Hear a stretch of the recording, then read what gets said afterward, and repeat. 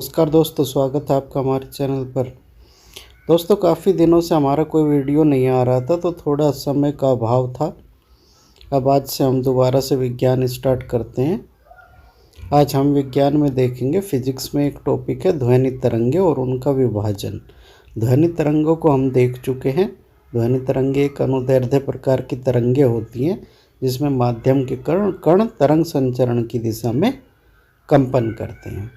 ठीक है, आज हम इनका विभाजन देखते हैं। ध्वनि तरंगों का विभाजन कितने प्रकार की होती है। ध्वनि तरंगों को इनकी फ्रीक्वेंसी के आधार पर, फ्रीक्वेंसी मतलब आवृत्ति, इनकी आवृत्ति के आधार पर तीन प्रकार में विभाजित किया जाता है। पहला होता है अवश्रव्य तरंगे।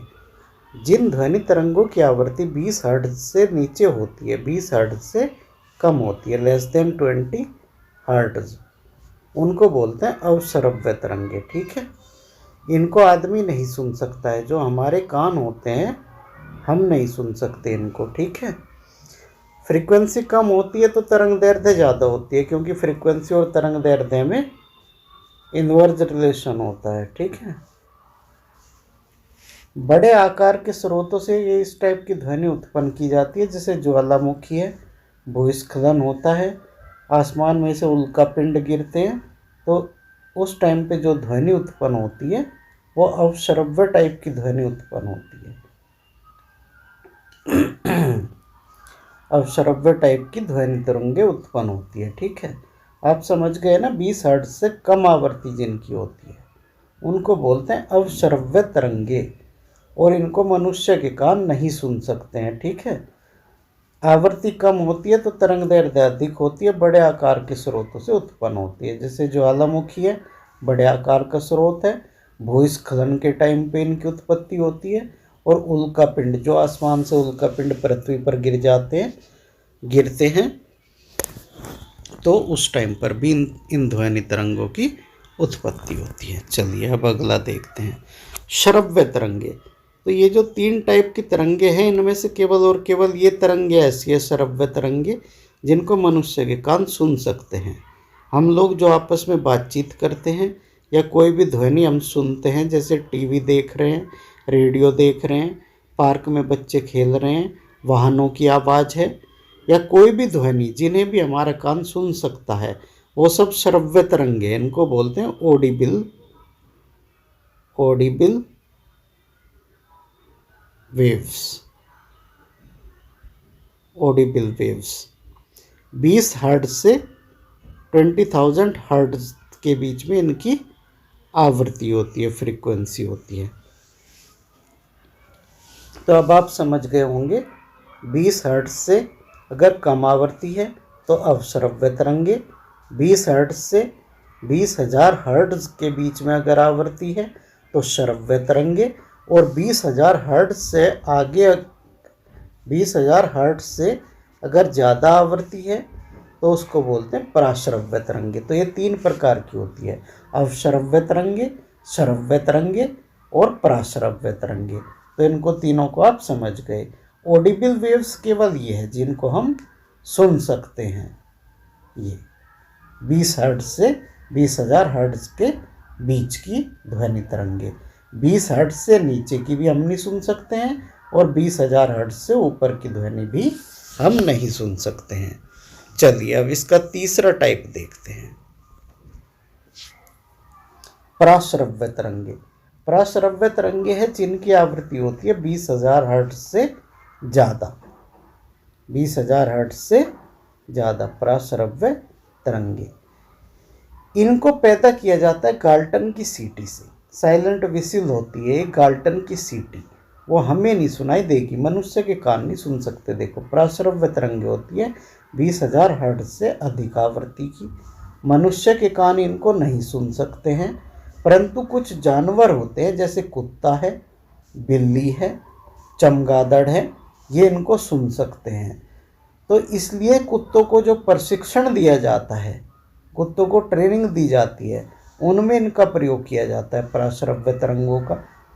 तो गाल्टन की सीटी से ये पैदा होती है, साइलेंट विसिल, बोलते हैं गाल्टन की सीटी को, तो उसका गाल्टन की सीटी का प्रयोग किया जाता है कुत्तों को प्रशिक्षित करने में। जैसे आप कभी महसूस करोगे कि आप कहीं जा रहे हैं, कोई ट्रेंड डॉग है, तो उस डॉग को वो गाल्टन की सीटी से कुछ निर्देश दे देते हैं और कुत्ता अचानक भौंकने लगता है, या जैसे भी वो रिएक्शन कराना चाहते हैं वैसे कुत्ता रिएक्शन करने लगता है। अगर ट्रेंड डॉग है तो वो इसी गाल्टन की सीटी के माध्यम से ही होता है, क्योंकि इससे जो ध्वनि उत्पन्न होती है उसे कुत्ता तो सुन लेता है, हमें सुनाई नहीं देती है। ठीक है। आवृत्ति अधिक होती है इनकी तो ऊर्जा भी अधिक होगी, तरंग दैर्ध्य कम होगी, क्योंकि आवृत्ति और तरंग दैर्ध्य में तो इनवर्स रिलेशन होता है। और छोटी तरंग दैर्ध्य होने का इनका एक बेनिफिट है, वो बेनिफिट हम देखेंगे। ये बेहद इम्पोर्टेंट क्वेश्चन बनता है पराश्रव्य तरंगों से कि इनके क्या क्या उपयोग है, क्योंकि इनकी जो तरंग दैर्ध्य है वो बेहद छोटी हो जाती है, क्योंकि आवृत्ति ज़्यादा है इनकी, 20,000 हर्ट्ज से ज़्यादा है, तो इसके बहुत सारे उपयोग हो जाते हैं इनके, वो हम देख लेते हैं एक एक करके। देखो, छोटी तरंग दैर्ध्य की वजह से इनको एक पतली किरण पुंज के रूप में बहुत दूर तक भेजा जा सकता है, काफ़ी लंबी डिस्टेंस तक इनको ट्रांसमिट किया जा सकता है पराश्रव्य तरंगों को। तो उससे इसका बेनिफिट क्या होता है कि जैसे समुद्र की गहराई का पता लगाना है, तो समुद्र की गहराई का पता लगाने में पराश्रव्य तरंगों का उपयोग कर लिया जाता है।